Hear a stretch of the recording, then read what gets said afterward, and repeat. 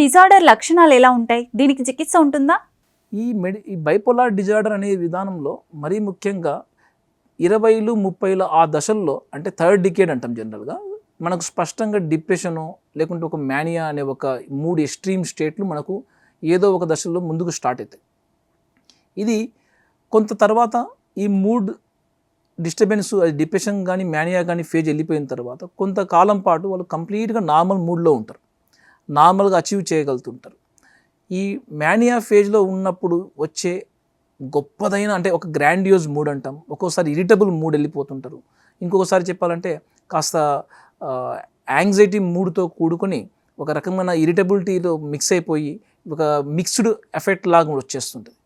So ఈ రకంగా వచ్చినప్పుడు వీళ్ళు పట్టుతనము ఎక్కువ, అంటే స్టబ్బర్నెస్ బిహేవియర్, ఒక గోల్ డైరెక్టెడ్ బిహేవియర్, ఒక డిస్ట్రాక్టబుల్ అటెన్షన్, అంటే ఒక పనికి పూర్తి కాకముందే ఇంకొక పని, అంటే థాట్స్ ఎట్లా ఉంటాయంటే వీళ్ళు ఆల్మోస్ట్ ఆల్ రేసింగ్ లాగా ఉంటాయి, ఒకదాని తర్వాత ఇంకోటి, ఒకదాని తర్వాత ఇంకోటి, అది కంప్లీట్ కాకపోయినా ఇంకోటి చేసేస్తుంటాం. సో ఈ రకంగా వాళ్ళలో decrease need for the sleep కూడా మనకు తెలుస్తుంటుంది. అంటే వీళ్ళు పొద్దస్తమానం ఊరంతా తిరుగుతున్నారు, పొద్దస్తమానం ఇదే పని మీద వాళ్ళు ఒకటే వర్క్ని తీసుకొని పగులు రాత్రి అదే చేసేస్తున్నారు, తీరా డబ్బుని ఎక్కువగా ఖర్చు పెట్టేస్తున్నారు. అది చిన్న చిన్న విషయాలకు చిన్నగా దాన్ని డబ్బు పెట్టాల్సిన విషయం కాకపోయినా కూడా దాంట్లో ఎక్కువ ఖర్చు పెట్టేయడము, అంటే స్పెండింగ్ స్పీడ్ అంటాం. ఈ రకంగా ఆకలి నిద్ర బాగా తగ్గిపోయి, ఈ రకంగా మనసు యొక్క ప్రవర్తనలో కంట్రోల్నెస్ తగ్గిపోయినప్పుడు మ్యానియా అనే దశలో అంటాం. ఇదే డిప్రెషన్ అనే మూడ్ స్టేట్కి వచ్చినప్పుడు వీళ్ళలో టెన్షన్ పడే మూడ్ వచ్చిన, అంటే కాన్ఫిడెన్స్ లేనప్పుడు పడే టెన్షన్ లాగా ఉంటుంది వీళ్ళు డిప్రెషన్ టైంలో.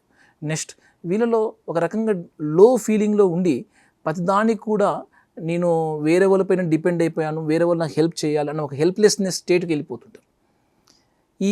దీంతో పాటు ఒక నెగిటివ్ థాట్స్ అనేవి కంటిన్యూస్గా రూమినేట్ చేస్తూ ఉంటారు.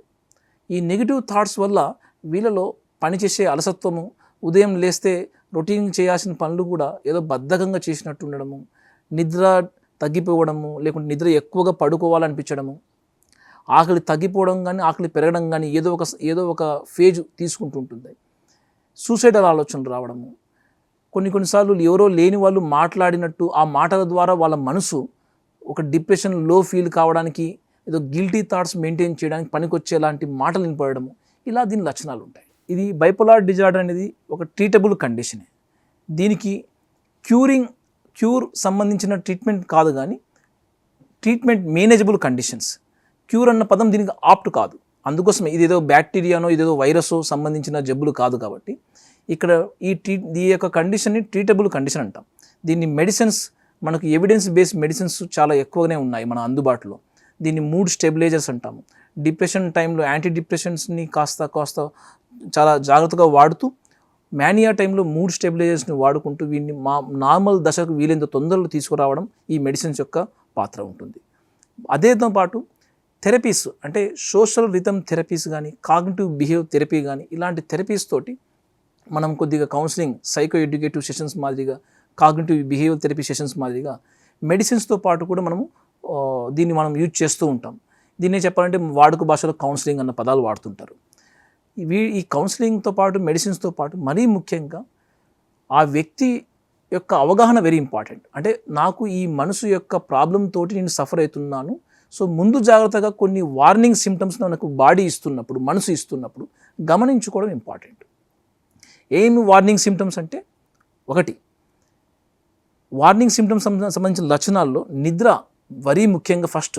అంటే నిద్ర తక్కువైపోయినా నిద్ర ఎక్కువైపోయినా ఒక 2-3 రోజులుగా కంటిన్యూస్గా ఎటువంటి కారణం ఉన్నా లేకున్నా కూడా నిద్ర యొక్క చేంజెస్ గమనిస్తున్నామంటే మనం ఇదేదో మూడ్ డిస్టర్బెన్స్కి ఒక సిగ్నల్ లాగా మనం అర్థం చేసుకోవాలి. రెండవది ఎనర్జీ లెవెల్స్. మనకు డిప్రెషన్ వచ్చే టైంలో బాగా ఎనర్జీ లాస్ అయిపోయినట్టు, కొన్ని రోజుల పాటు నీరసంగా ఉన్నట్టు, బలం లేనట్టు ఉండడము, తొందరగా ఒళ్ళు నొప్పులు వచ్చినట్టు ఉండడము, ఇలాంటి లక్షణాలతో ఉంటాయి. లేదు ఏమీ తెలియకుండా ఒక్క రకంగా ఎనర్జీ ఎక్కువైపోవడము, మూడ్ అనేది గ్రాండియోస్ వెళ్ళిపోతున్నాను, సందర్భం లేదు అయినా కూడా నాకు ఏదో మనసు ఎంతో కొంత ఉల్లాసంగా, ఏదో డబ్బు వచ్చేసినట్టు, ఏదో పేరు వచ్చేసినట్టు ఒక ఫీలింగ్ వెళ్ళిపోతున్నాను అనిపించడం, ఇది ఒక వార్నింగ్ లక్షణంగా చూడాలి. తర్వాత ఖర్చు పెట్టే విధానం. ఉన్నట్టుండి 2-3 రోజులు, ఒక వారం రోజుల నుంచి ఖర్చు విపరీతంగా పెట్టేస్తున్నాం అన్నప్పుడు కానీ ఇలాంటి సిగ్నల్స్, లేకుంటే మరీ కన్జర్వేటివ్గా ఆలోచనలు వస్తున్నాయి, పెద్దానికి చిన్నగా భయపడిపోతున్నాను, ఇలాంటి ఆలోచనలు ఉన్నప్పుడు కానీ.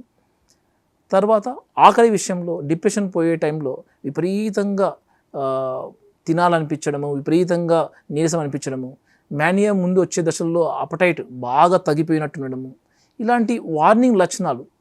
Last but not least spiritual thoughts కూడా, అంటే విపరీతమైన ఏదో తప్పు చేశామన్న భావనతో దైవభక్తితో ఎక్కువగా మనసు అంతా కూడా ఒక గత కొన్ని రోజులుగా వెళ్ళిపోతుంది అన్నప్పుడు ఇది డిప్రెషన్ సంబంధించిన లక్షణాలుగా మనం చూడొచ్చు.